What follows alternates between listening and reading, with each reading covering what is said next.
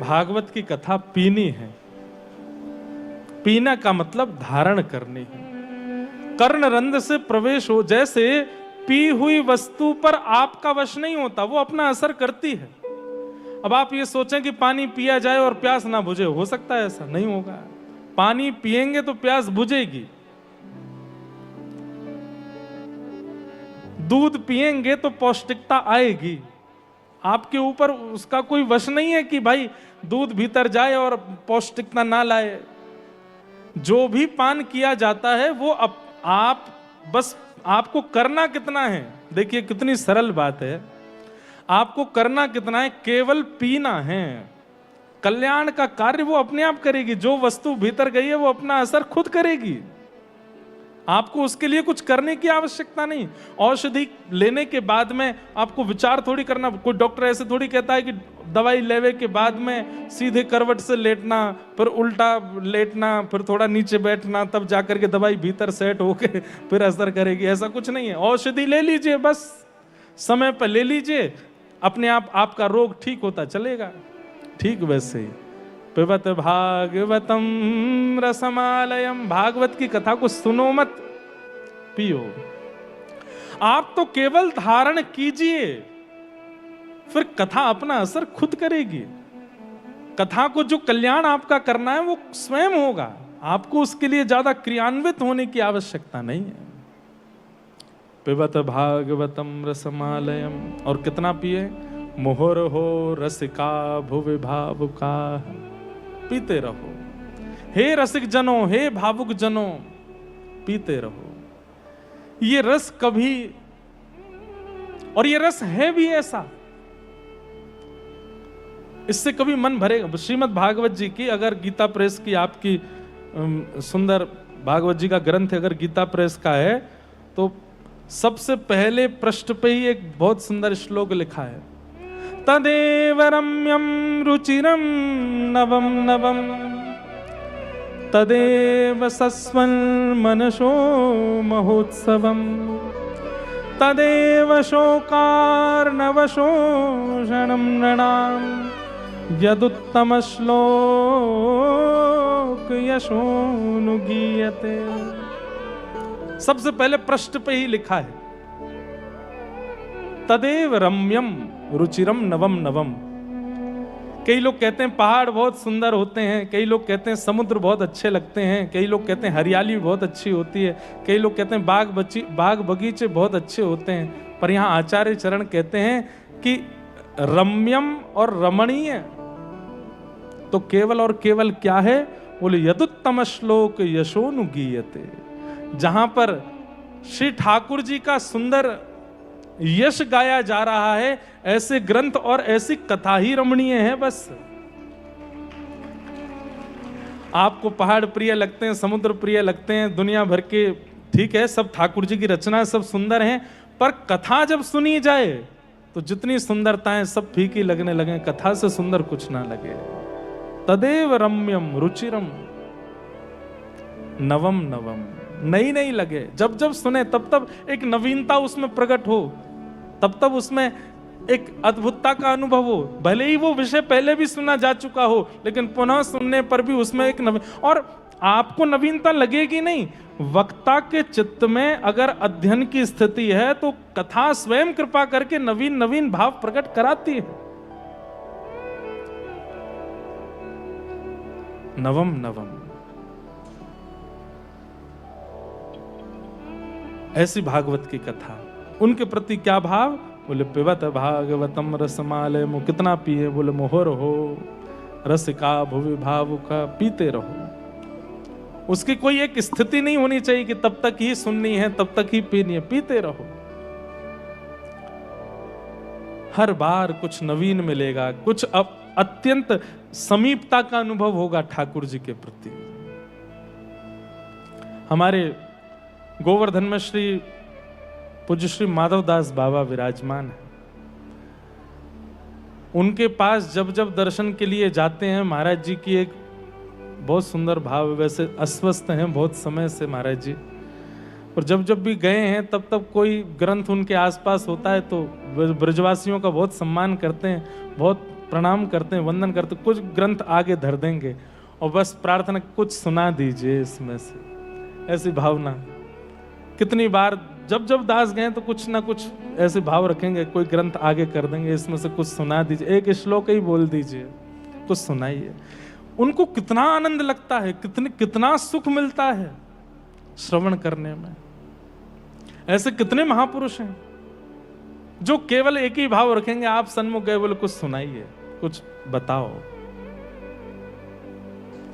ऐसी लीला के प्रति, कथा के प्रति, चर्चा, भगवत चर्चा के प्रति हमारी रम्यता बन जाए, हमारी स्थिति बन जाए, तो समझो पिबत भागवतम रसमालयम मोहर हो रसिका भुवि भावुका, ये स्थिति आ गई। अब पीने की आपकी स्थिति बन गई, अब आप बिना उसको श्रवण किए, ग्रहण किए रह नहीं पा रहे हैं। इस प्रकार 3 मंगलाचरण यहां गाए गए और तीनों मंगलाचरणों में भाव प्रस्तुत किए गए, इन्हें हम प्रणाम मात्र करते हैं। 88,000 सौनकादि ऋषि बैठे हैं, मानव कल्याण के लिए यज्ञ कर रहे हैं। तभी वहां सूत जी का आगमन हुआ और सूत जी से कुछ प्रश्न किए, 6 प्रश्न किए, और इन 6 प्रश्नों में ही सब उत्तर देते हुए श्री सूत जी यहां कथा श्रवण करा रहे हैं। किम श्रेय शास्त्र सारः स्वावतार प्रयोजनम, किम कर्म के अवतारस्य धर्मः कम शरणम गतः। 6 प्रश्न किए। किम श्रेय, ठाकुर जी के अवतार का श्रेय किसको जाता है? भक्तों के लिए ठाकुर जी आते हैं कि दुष्टों के लिए आते हैं? कृपा करके हमें बताओ। रावण के लिए आए थे कि भक्तों के लिए आए थे? सबरी के लिए आए थे? हनुमान जी के, किसके लिए आते हैं ठाकुर जी? ठाकुर जी के अवतार का श्रेय किसको जाता है? शास्त्र सारः का, इतने शास्त्र हैं, इनका सार क्या है? स्व अवतार प्रयोजनम, भगवान अवतार लेते हैं और अवतार का प्रयोजन क्या होता है? किस कार्य की पूर्ति के लिए ठाकुर जी आते हैं? किम कर्म, ठाकुर जी के कर्म क्या हैं? के अवतारस्य, कितने अवतार हैं ठाकुर जी के? और धर्मः कम शरणम गतः, ठाकुर जी के प्रस्थान के बाद, ठाकुर जी के लीला संवरण के बाद धर्म किसकी शरण में जाता है? 6 प्रश्न किए। हमने कल एक चर्चा की थी कि जिज्ञासा कई बार प्रवचन में या गुरु सन्मुख बैठकर के शिष्य की जिज्ञासा उस प्रवचन को और उस वार्ता को मूर्त रूप देती है। जिज्ञासा ही बहुत सामान्य सी होगी तो उससे कल्याण होना बहुत मुश्किल है। आज भी सुबह हम और पूज्य हमारे गोवत्स महाराज जी बैठे थे, तो हम यही चर्चा कर रहे थे कि महाराज जी के सन्मुख बैठेंगे या महाराज जी के संग जब बैठने का अवसर मिलेगा तो महाराज जी से जिज्ञासा क्या करेंगे। ये जिज्ञासा करेंगे तो महाराज जी कुछ ऐसा बताएंगे कि उससे कुछ नवीनता प्राप्त होगी, कुछ भाव की पुष्टि होगी। ये विचार बंधुओं, जिज्ञासा के पात्र में ही ज्ञान टिकता है। ज्ञान कहा गया, ज्ञान सुनाया गया, वार्ता सुनाई गई, लेकिन चित्त में अगर जिज्ञासा का पात्र नहीं है तो वो दिया गया जो भाव है वो टिकेगा नहीं। इसलिए जिज्ञासु होना आवश्यक है, पर हर बात का जिज्ञासु भी नहीं होना चाहिए। छोटी छोटी बात के बीच कई लोग ऐसे होते हैं, वो छोटी छोटी भाव का भी जिज्ञासा प्रकट करते ही रहते हैं। गुरुजनों के सन्मुख इतनी जिज्ञासा नहीं, लेकिन एक जिज्ञासा हो, ऐसी हो जिससे स्वयं को भी मिले, बताने वालों को भी मिले, सुनने वालों को भी मिले। प्रसन्न हो गए सूत जी महाराज और कह रहे हैं, आप लोगों ने जो भाव पूछा इससे ठाकुर जी की लीला चर्चा होगी, इसलिए प्रश्न बड़ा उचित है। पहले अपने गुरुदेव को प्रणाम किया। हम भी श्री शुकाचार्य जी को वंदन कर लें। यम प्रव्रजन्तमनुपेतुमपेत कृत्यम द्वैपायनो विरह कातरया जुहाव पुत्रेति तन्मयतया तर्वोऽभिनेदु तं सर्वभूत हृदयं मुनिमानतोऽस्मि।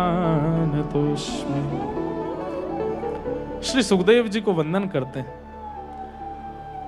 और ये बात निश्चित है, आप कोई भी क्रिया, कोई भी कृत्य करते हैं, बहुत अवकाश नहीं है कि व्यवस्थित देव पूजन हो सके, आदि आदि सब क्रियाएं करके उसमें प्रवेश करें। केवल गुरुदेव का स्मरण करके, उनको प्रणाम करके क्रिया प्रारंभ की जा सकती है।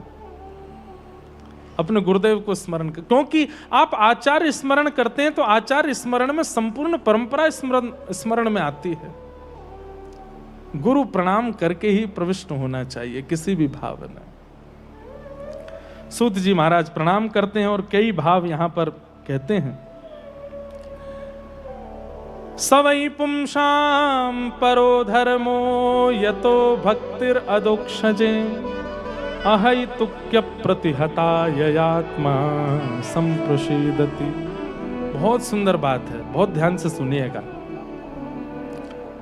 सवै पुंसां परो धर्मो, जिस परम धर्म की हम लोग चर्चा कर रहे थे थोड़ी देर पहले, यहां पर सूत जी उत्तर देते हुए कहते हैं सभी प्राणी मात्र का परम धर्म क्या है?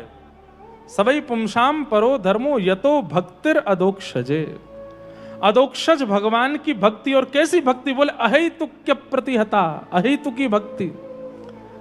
एक प्रकार से कह दें तो प्रेम लक्षणा भक्ति, प्रेम जन्या भक्ति ठाकुर जी के प्रति। जैसी भक्ति सब भक्तों की हम श्रवण करते हैं भक्तमाल जी में, उनकी भक्ति में कोई इच्छा नहीं है, कोई कामना नहीं है, कोई अभिलाषा नहीं है, केवल प्रेम है।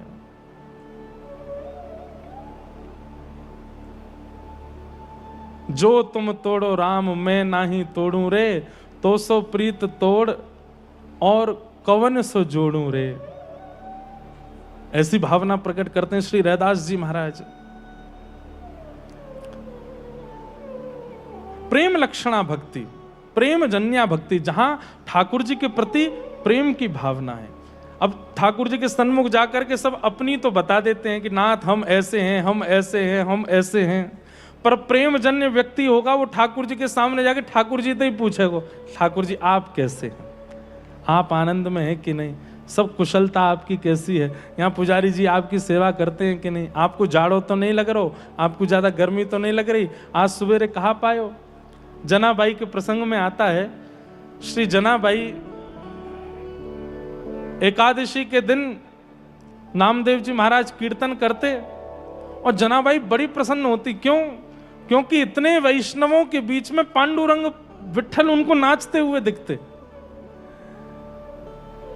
लेकिन एक दिन जनाबाई नामदेव जी से बोली, आज कीर्तन ज्यादा तीव्रता से मत कीजिएगा, ज्यादा जोर से कीर्तन मत करना आज। बोले क्यों? बोले आज एकादशी है, सुबह से पंडरीनाथ दर्शन दे रहे हैं भक्तों को, थक गए होंगे, आप जोर से कीर्तन करेंगे तो वो नाचेंगे, और वो नृत्य करेंगे तो पहले से ही थके आए हैं और थक जाएंगे।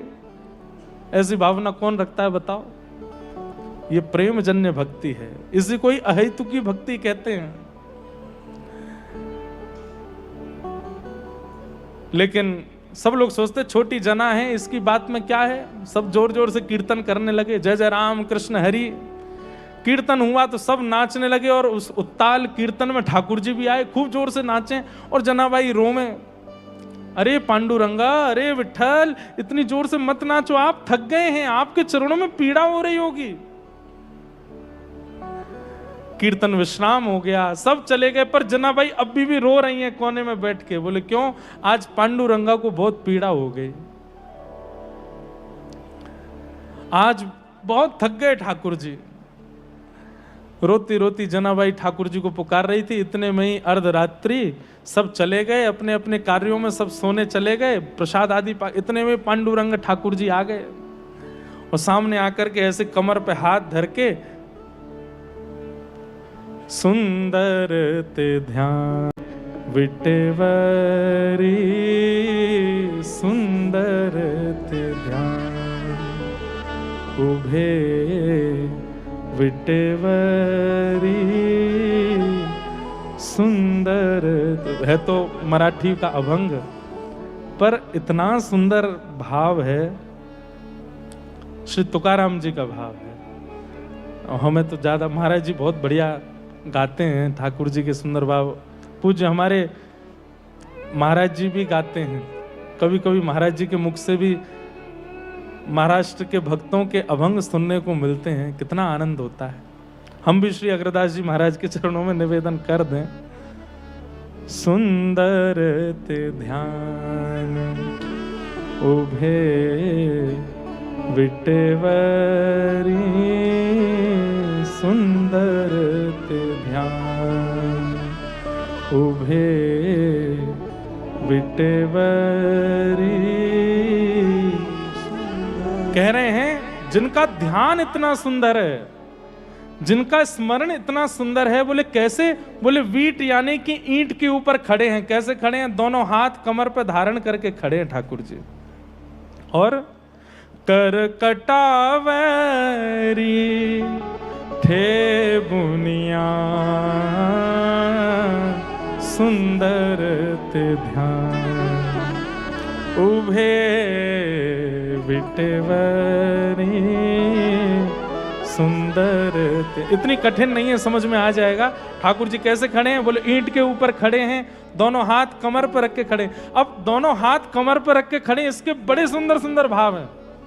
एक भाव तो ये कहते हैं कि जैसे बालक कभी डर जाता है तो वो अपनी मैया के पीछे छिप जाता है, सामने उसकी बहन या फिर पिताजी या घर का कोई और सदस्य उसको डांटने के लिए आ रहा है तो अपनी मैया के पीछे जाके छुप जाता, तो मैया ऐसे खड़ी हो जाती, क्या कह रहा है तू? किसको डांट रहा है? बोले तुम्हारा लाला जो तुम्हारे पीछे छुपा हो। बोले चुपचाप वापस लौट जा। रक्षात्मक भाव से मैया ऐसे खड़ी हो जाती है तो मानो जैसे पंडरीनाथ अपने कमर पे हाथ धर के काम, क्रोध, लोभ, मोह और हमारे जीवन के किए हुए सब पापों को कह देते हैं। बोले चुपचाप लौट जाओ यहाँ से, जे मेरो है मेरे पीछे खड़ो, मैं यहाँ की रक्षा कर रहा हूं। ठाकुर जी ऐसे ठाड़े। श्री पंडरीनाथ महाराज की वाह। कोई महाराष्ट्र के वैष्णव विराज रहे हैं। दूसरा भाव, ठाकुर जी क्या कह रहे हैं? बोले कमर पे हाथ धर के कह रहे हैं दर्शनार्थियों को, बोले जो मेरी शरण में आ गए है उसके लिए संसार रूपी सागर केवल इतना ही गहरा है, इससे ज्यादा गहरा नहीं है। बाकी सब तो इस संसार रूपी सागर में डूब रहे हैं और डूबते ही जाएंगे, लेकिन जो एक बार मेरी शरण में आ गया उसके लिए ठाकुर जी कमर पे हाथ धर के मानो संकेत कर रहे हैं। जैसे नदी में उतरने वाला, कई लोगों को जल में तैरना नहीं आता तो वो पहले किसी और को भेजते, आप देख लो कितना गहरा है, तो भीतर जाके व्यक्ति बोलता इतना ही है बस, इससे ज्यादा नहीं है। तो ऐसे ही ठाकुर जी कह रहे हैं वैसे तो संसार सागर बहुत गहरा है, सब डूब जाएंगे, लेकिन तुम मेरे सामने खड़े हो, मुझे प्रणाम कर रहे हो, तुम्हारे लिए संसार समुद्र इतना ही है, तुम डूबोगे नहीं, मैं रक्षा कर रहा हूं। करी कटावरी थे बुनिया, सुंदर ते ध्यान तुलसी हार गला कासे पीतांबर, तुलसी हार गला कासे पीतांबर, आवणे निरंतर, आवणे निरंतर, तेची रूप सुंदर ते ध्यान उभे विटेवरी, सुंदर ते। और जिन लोगों ने श्री पंडरीनाथ जी का दर्शन किया वो अनुभव कर रहे होंगे, मकर कुंडले तलपति श्रवणे, मकर कुंडले तलपति श्रवणे। पंडरीनाथ भगवान मत्स्याकृत कुंडल पहनते, ऐसे मछली जैसे यहाँ धारण करते हैं। और उसका भाव ऐसा, पूछा मैंने किसी से तो किसी ने बताया, बोले श्री चंद्रभागा जी के भाव से ठाकुर जी ऐसे मत्स्याकृत कुंडल पहनते। कंठी कौस्तुभ कंठी कौस्तुभ मणि विराजित सुंदर ते ध्यान उभे विटवरी सुंदर ते तुका मणे माझे हेची सर्व सुख तुका मणे माझे हेची सर्व सुख पाहनी श्रीमुख पाहिन श्रीमुख पाहिन श्रीमुख आवडिने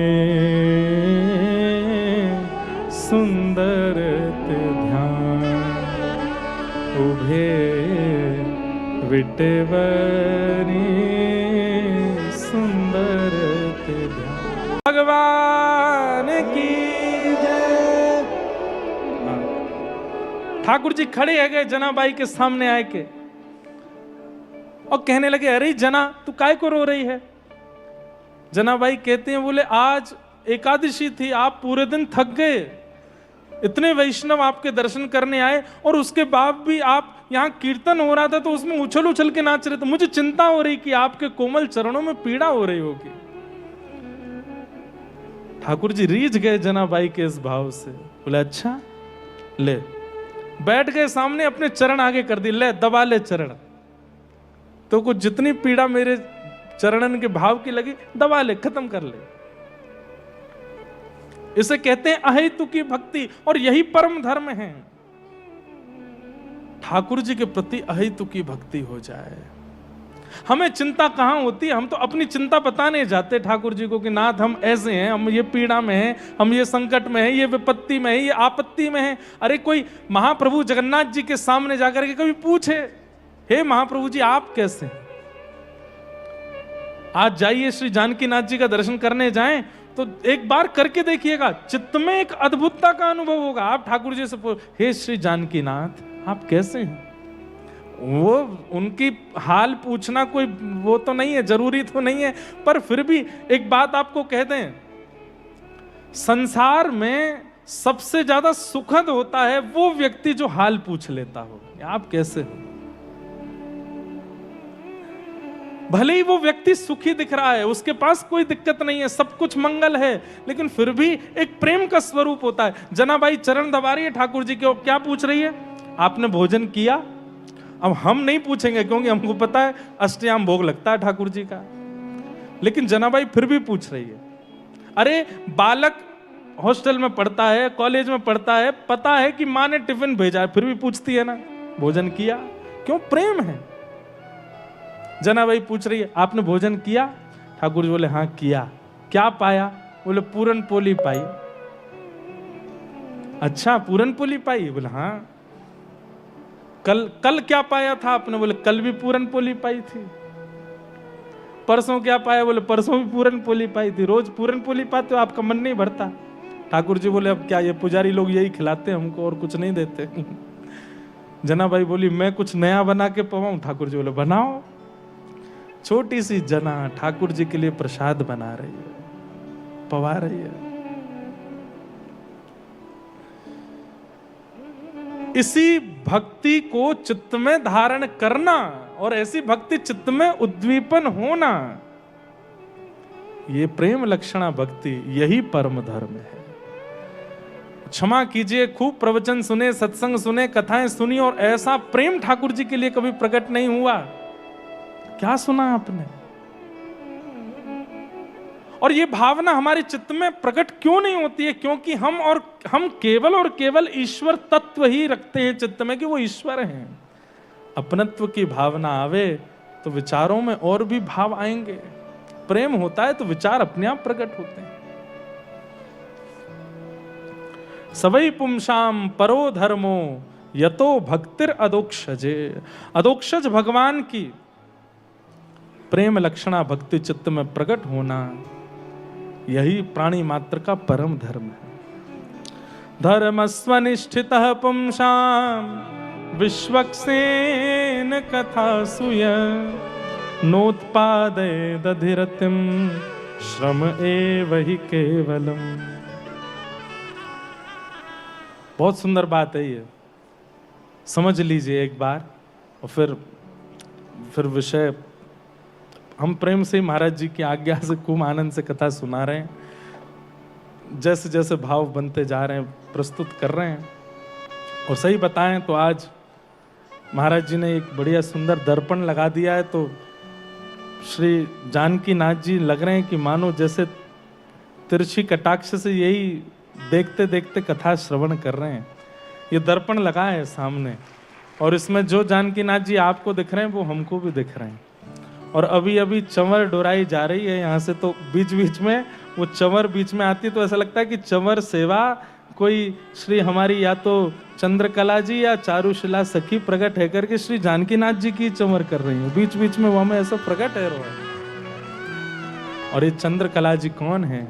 यही तो श्री हमारे अग्रदास जी महाराज हैं। अग्र अली, मुख्य अली, प्रथम अली। भाव तो बहुत प्रकट होते हैं, पर हैं तो हम बालक ही, संकोच होते हैं कई भाव बोलने कहने में, लेकिन ठीक है, यहाँ हम अपने वाणी और अपने विचार और अपने भावनाओं को शुद्ध करने के लिए आए हैं, उसी भाव से सेवा कर रहे हैं। धर्म स्वनिष्ठितः पुंसां विश्वक्सेन कथा सुयः नोत्पादयेदधिरतिं श्रम एव हि केवलम। सीधा अर्थ समझ लीजिए कि जीवन में किए गए समस्त साधन ठाकुर जी ने स्वीकार कर लिए हैं, इसका प्रमाण क्या है? आप जितने भी साधन करते हैं, एकादशी व्रत करते हैं, नित्य नाम जप करते हैं, नित्य अपने अपने अन्य अन्य साधनों की आप पूर्ति करते हैं, सब साधन ठाकुर जी ने स्वीकार कर लिए और उनसे ठाकुर जी प्रसन्न हैं। इसका प्रमाण क्या है? तब कहते हैं ठाकुर जी की कथा में रति। अगर कथा में रति नहीं हो रही है, कथा में स्थिति नहीं बन रही, कथा में आनंद नहीं आ रहा है, तो इसका मतलब है सब साधन आपने साधन मात्र किए हैं, ठाकुर जी ने स्वीकार नहीं किया। सत्संग में रुचि बनना, ठाकुर जी के सुंदर भावों में रुचि बनना, कथा में रुचि बनना, इस बात का प्रमाण है कि ठाकुर जी आपसे बड़े राजी हैं, ठाकुर जी बड़े प्रसन्न हैं। और एक और बात होती है, कैसी प्रसन्नता, कथा के प्रति कैसी रति। समय की पूर्णता पर इतनी व्याकुलता हो जाए कि हो गया समय पूर्ण, अब कल होगी कथा, अब हमको रात भर का वियोग सहना पड़ेगा, अब पूरी रात हम कथा नहीं सुन पाएंगे, अब कल ही कथा होगी। ऐसा वियोग चित्त में व्याप्त होने लगे कथा के प्रति। और ये व्याकुलता हुई है किसको? श्री परीक्षित जी महाराज को। जब दसम स्कंद में श्री शुकाचार्य जी महाराज नवम स्कंद के विश्राम में 2 श्लोकों में संपूर्ण कृष्ण कथा सुना देते हैं और शांत हो जाते हैं, कथा को विश्राम कर देते हैं। मथुरा में ये लीला, वृंदावन में ये लीला, द्वारिका की लीला, सब 1-2 श्लोकों में सुना करके जैसे ही सुखदेव जी शांत होते हैं, तब दसम स्कंद के प्रथम में ही श्री परीक्षित जी महाराज कहते हैं, कथितो वंश विस्तारो भवता सोम सूर्ययो। हे नाथ, मुझे विस्तार से सुनाओ। तो फिर उसके बाद चर्चा में आता है कि शुकाचार्य जी कहते हैं कि राजन, तुम 4 दिन से बैठे हो, कुछ खाया पिया नहीं, एक आसन पर बैठे हो, न चले जाओ, कुछ खा पी लो, थोड़ा विश्राम कर लो, फिर कथा सुना देंगे। परीक्षित जी महाराज कहते हैं, भगवान, ऐसी मधुर कथा श्रवण के बाद, आपके मुख से निर्झरित इस भावों को सुनने के बाद भी यदि संसारी व्यंजनों की भूख यदि मुझको लगी है, तो मैंने कथा सुनी ही नहीं। पिबंतम त्वम मुखाम्भोज च्युतम हरि कथामृतम।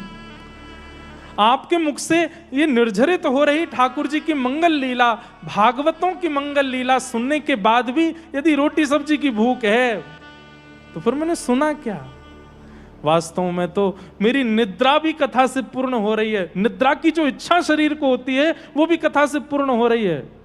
मेरी भूख की क्षुधा भी कथा से पूर्ण हो रही है, मेरी प्यास भी क्षुधा से कथा से पूर्ण हो रही है। अब मुझे संसारी किसी विषय की आवश्यकता नहीं है। ऐसी व्याकुलता कथा के प्रति होना, सत्संग के प्रति होना, भगवत चर्चा के प्रति होना, इस बात का प्रमाण है कि आपके साधन ठाकुर जी ने स्वीकार किए। और क्षमा कीजिएगा, यदि सत्संग में, कथा में समय काटना है, बस पूरी हो जाए तो जल्दी निकलें, प्रसाद मिलेगा, कथा के बाद भोजन करके जाएं, ऐसी भावना चित्त में यदि आ रही है, नोत्पादये दधिरतिम श्रम एव ही केवलम, तो कहीं ना कहीं साधन भी केवल एक श्रम है।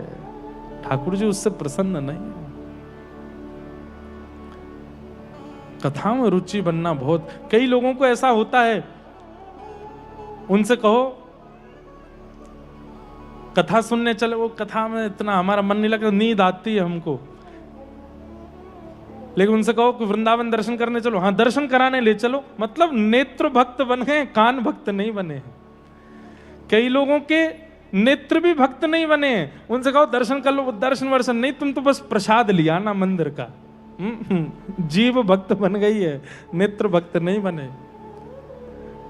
भैया श्री डोंगरे जी महाराज अपनी भागवत टीका में एक बात कह रहे थे, पढ़ने में आई कि जो इंद्रिय हमारे शरीर की ठाकुर जी की सेवा से वंचित हो गई, समझ जाओ कि वही इंद्रिय पाप के मार्ग पर ले जाएगी। इसलिए शरीर की किसी भी इंद्रिय को ठाकुर जी से वंचित मत होने दो।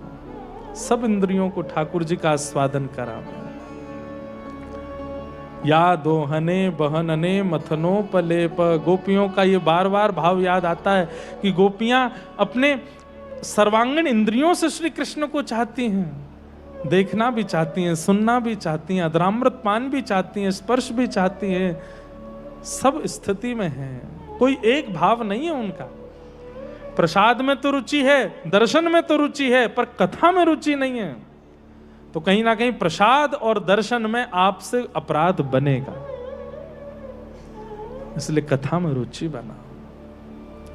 श्री हनुमान जी महाराज साकेत केवल इसलिए नहीं जाते हैं क्योंकि साकेत में कथा नहीं है।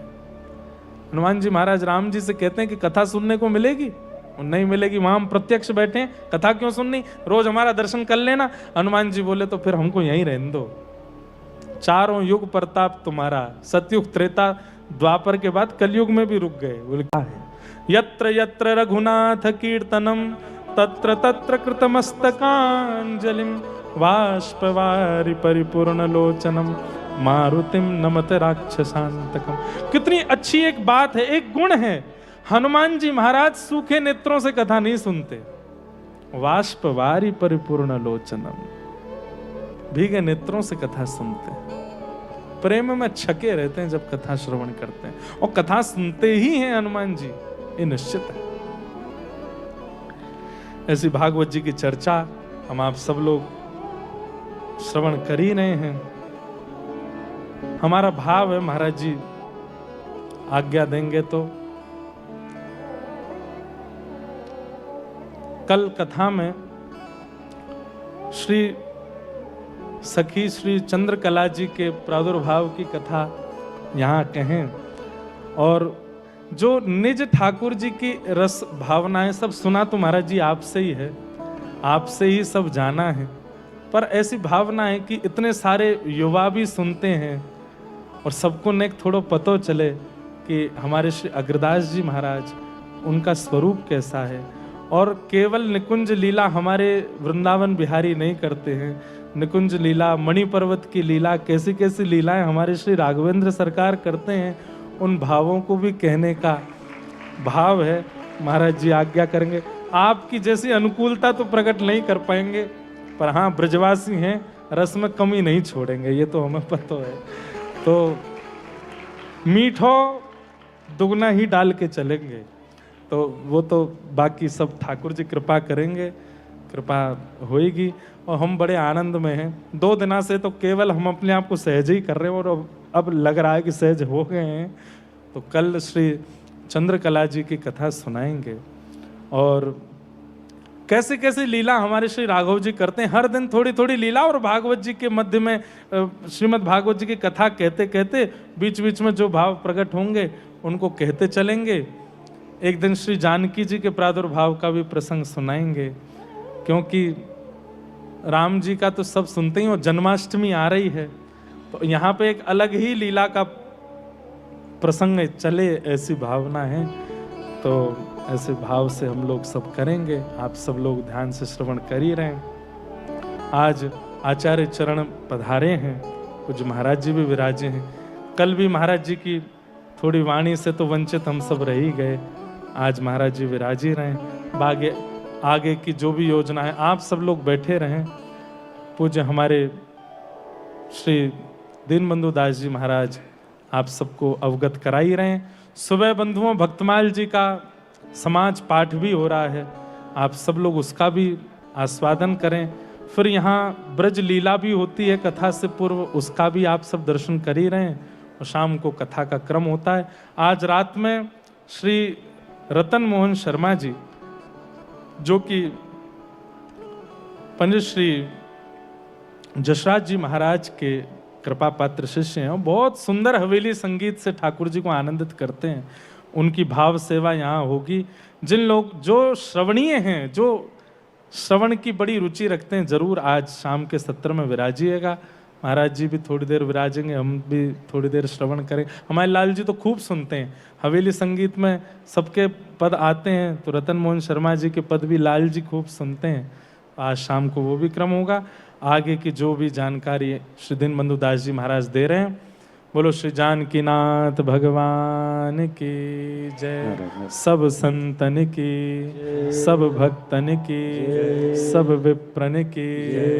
अनंत बलवंत श्री हनुमान जी महाराज की जय जय। श्री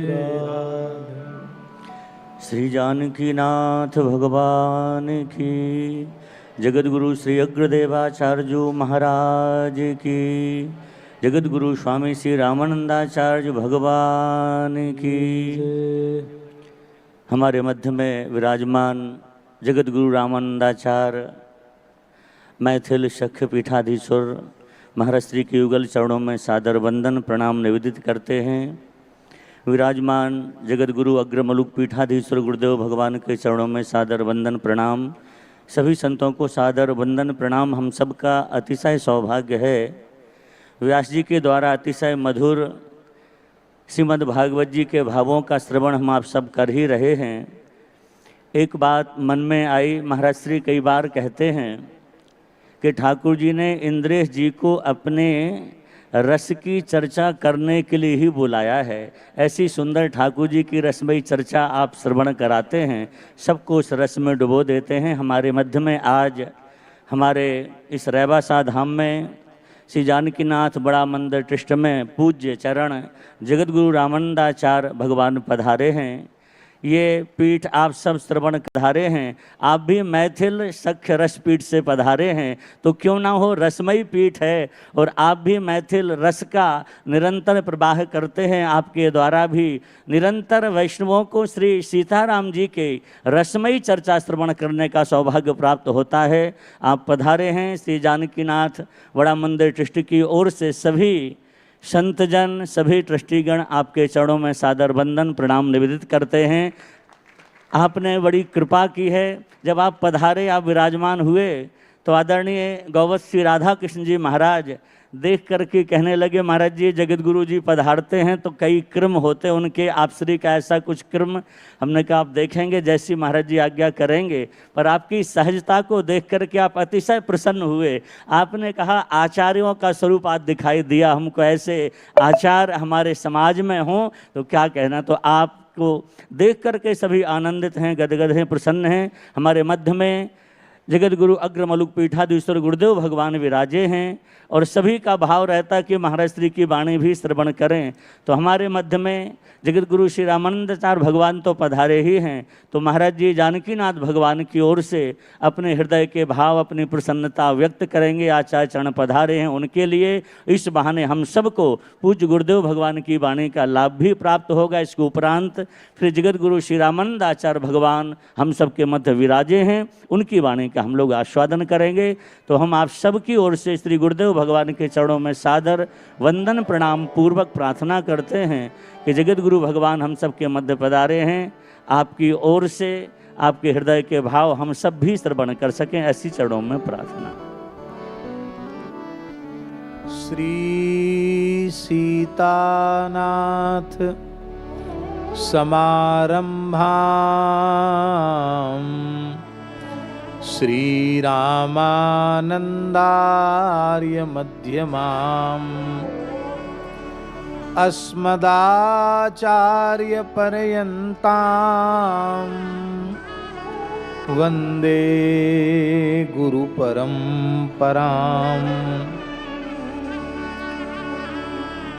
भक्त भक्ति भगवंत गुरु चतुर्नाम बपुए,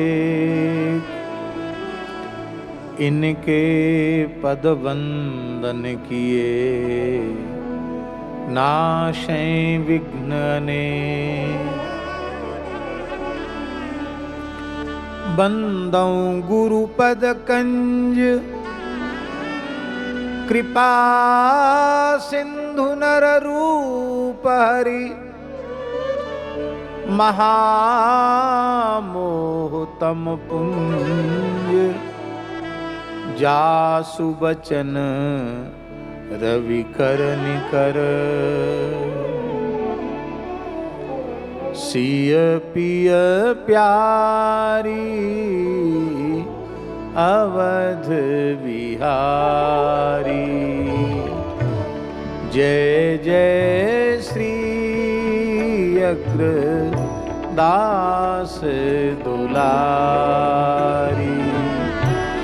सिय पिय प्यारी अवध बिहारी,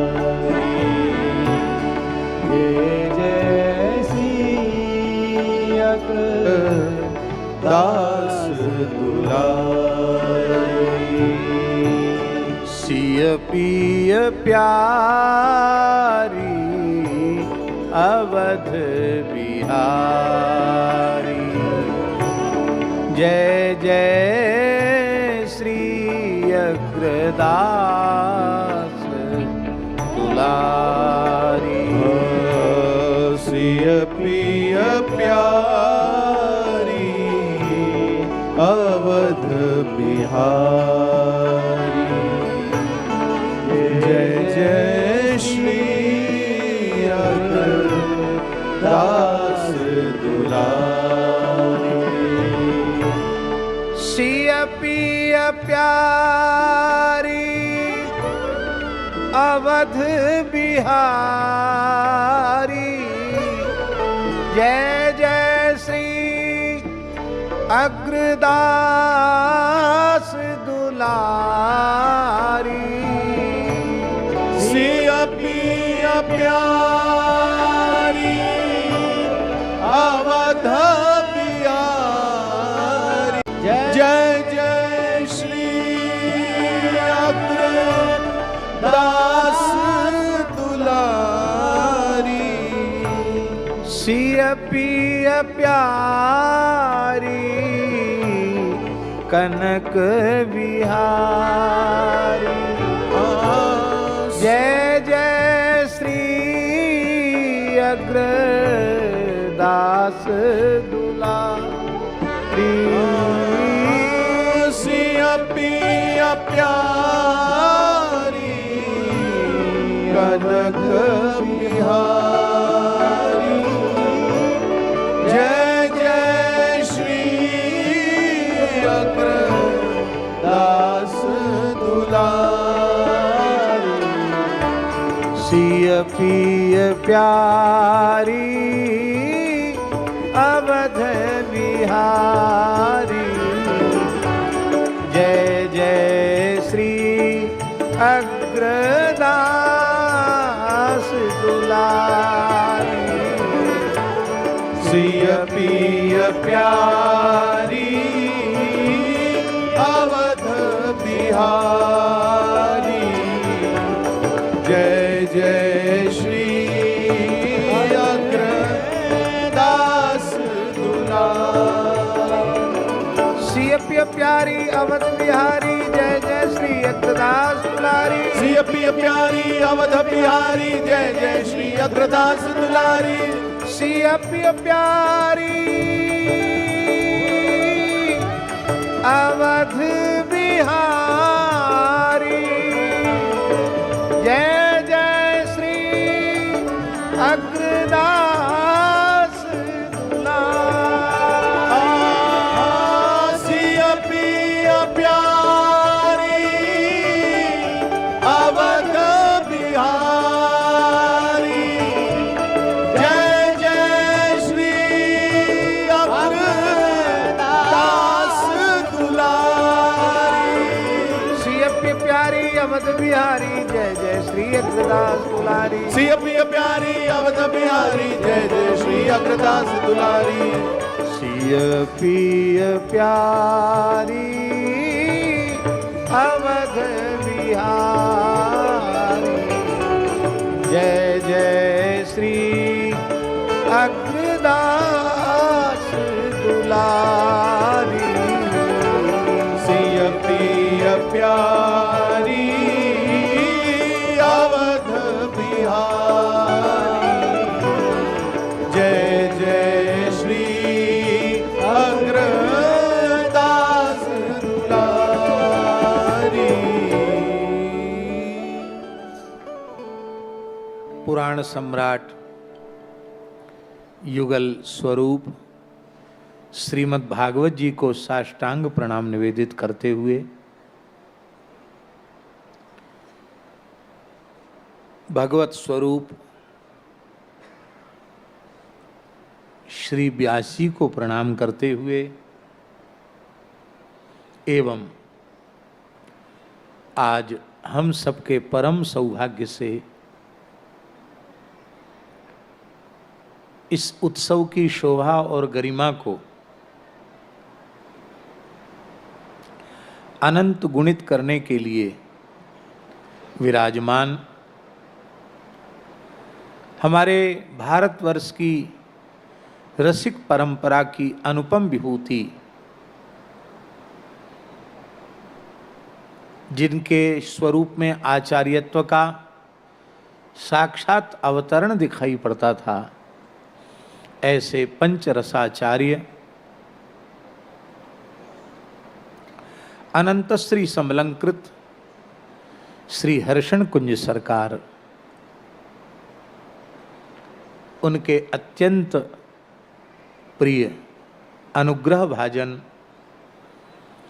ये पूज्य सरकार का दास इसलिए स्मरण कर रहा है कि वह रस का प्रसाद तो आपको सरकार का चरणाश्रय प्राप्त करते ही प्राप्त होगा, क्योंकि तो आपकी परंपरा है। तो हम तो यह अनुभव कर रहे हैं कि आज श्री हर्षण कुंज सरकार की कृपा करुणा जगत गुरु श्री रामानंदाचार्य जी के रूप में, और यह भी मैथिल सख्यरस के पीठ के आचार्य चरण आप हैं, जिस अयोध्या जी में चारुशिला कुंज है, क्यों महाराज जी, जहाँ महाराज जी का पीठ विराजमान है, वो पीठ भी अग्रपीठ से संबद्ध है। आज महाराज जी ने ही बताया, रेवासा धाम से ही संबद्ध है, क्योंकि रसोपासना की दिव्य परंपरा के प्रवर्तक आचार्य चरण श्री स्वामी अग्रदेवाचार्य जी महाराज।